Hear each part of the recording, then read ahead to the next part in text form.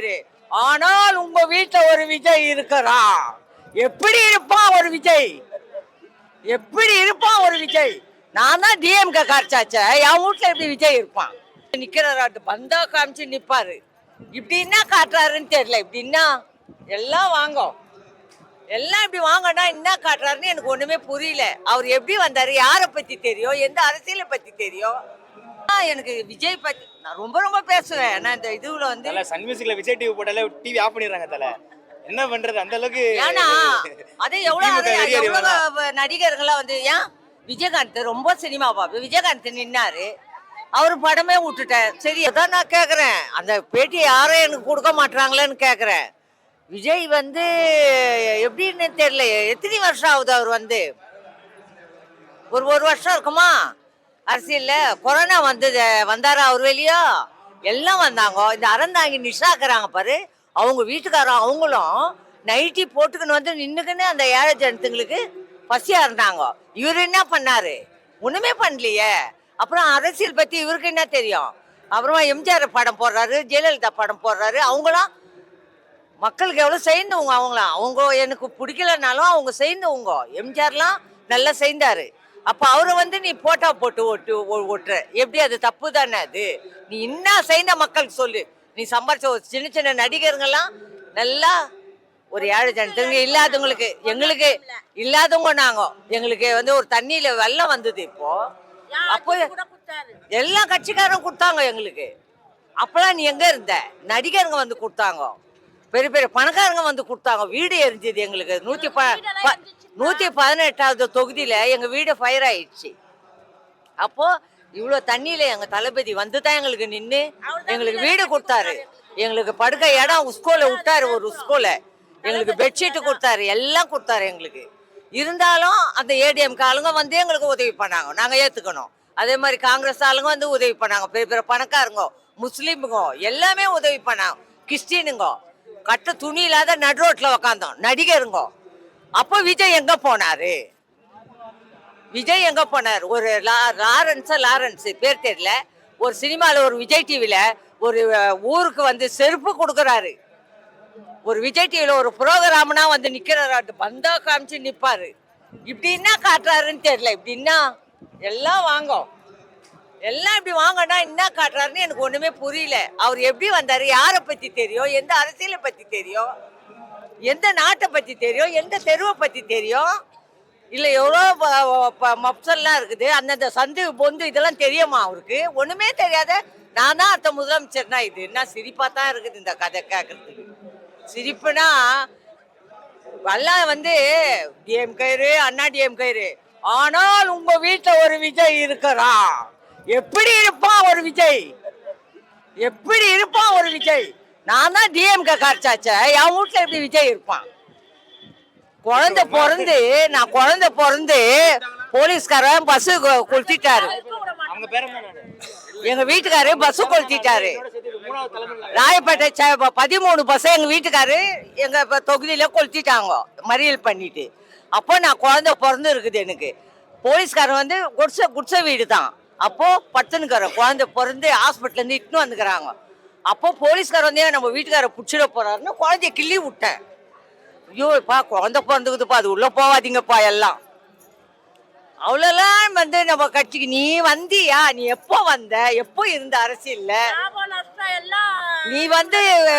சரி, கட்சியில கூட ஒரு ப்ரோக்ராம் நடந்தா விஜய் டிவிலையோ அந்த ஜி சேனல்லையோ இல்லை வேற எதனா சேனல்லையோ வந்து ஒரு இல்லாதவங்களுக்கு, ஒரு நொண்டிக்கு, ஒரு மொடவனுக்கு, ஒரு கண்ணு தெரியாதவனுக்கு, ஒரு கால் தெரியாதவனுக்கு எதனா ஹெல்ப் பண்ணிக்கிறியா?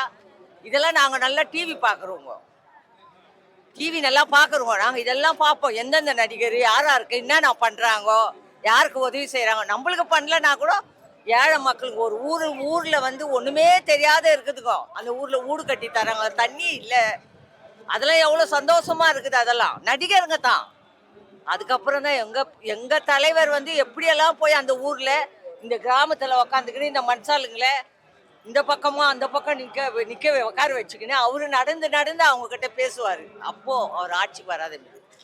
அவர் முதலமைச்சர் செய்த ஆனாரு, எங்களுக்கு வரலாம் நல்லா தான் செய்துக்கிறாரு. எங்களுக்குன்னு சொல்லக்கூடாது, எல்லா மக்களுங்களுக்கும் நல்லா குறை சொல்ற மாதிரி ஒண்ணுமே இல்லை. கட்சின்னு சொல்லிட்டு பேசல நானு, எல்லாருக்கும் பொதுப்படியா பேசுறோம். எல்லாருக்கும் அதுதான். ஆனா இந்த ஆட்சி வரணும். ரெண்டாவது மறுபடியும் நாங்க வந்து இந்த ஆட்சி வரணும்னு வேண்டும். தொடரணும்.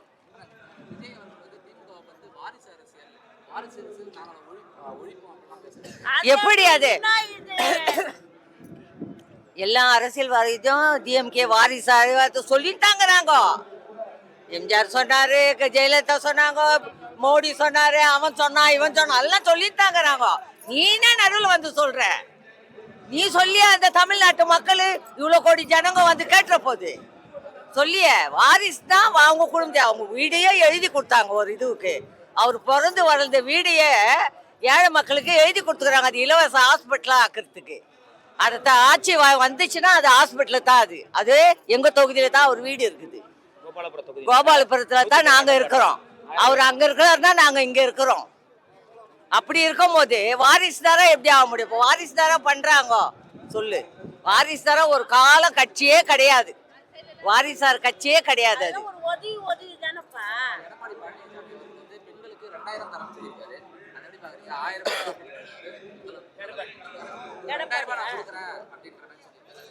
இப்போ வந்து எம்ஜிஆர் இருந்தாரு, ஜெயலலிதா இருந்தாங்க, யாரும் வந்து ஆனா எம்ஜிஆர் சத்துணவு கொண்டு வந்தாரு. அதெல்லாம் நம்ம பாராட்ட வேண்டிய விஷயம். சத்துணவு கொண்டு வந்தாரு.